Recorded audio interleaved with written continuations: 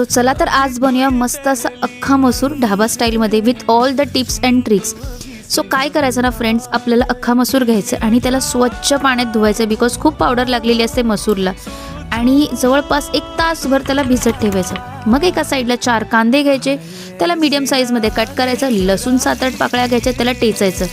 घ्यायचा कुकर, कारण आपण 1 पॉट मील बनवणार आहोत. सो घ्यायचा कुकर, टाकायचं मस्त जिऱ्याची फोडणी, ठेचलेला लसूण आणि कांदा घ्यायचा. छान सौते करायचं.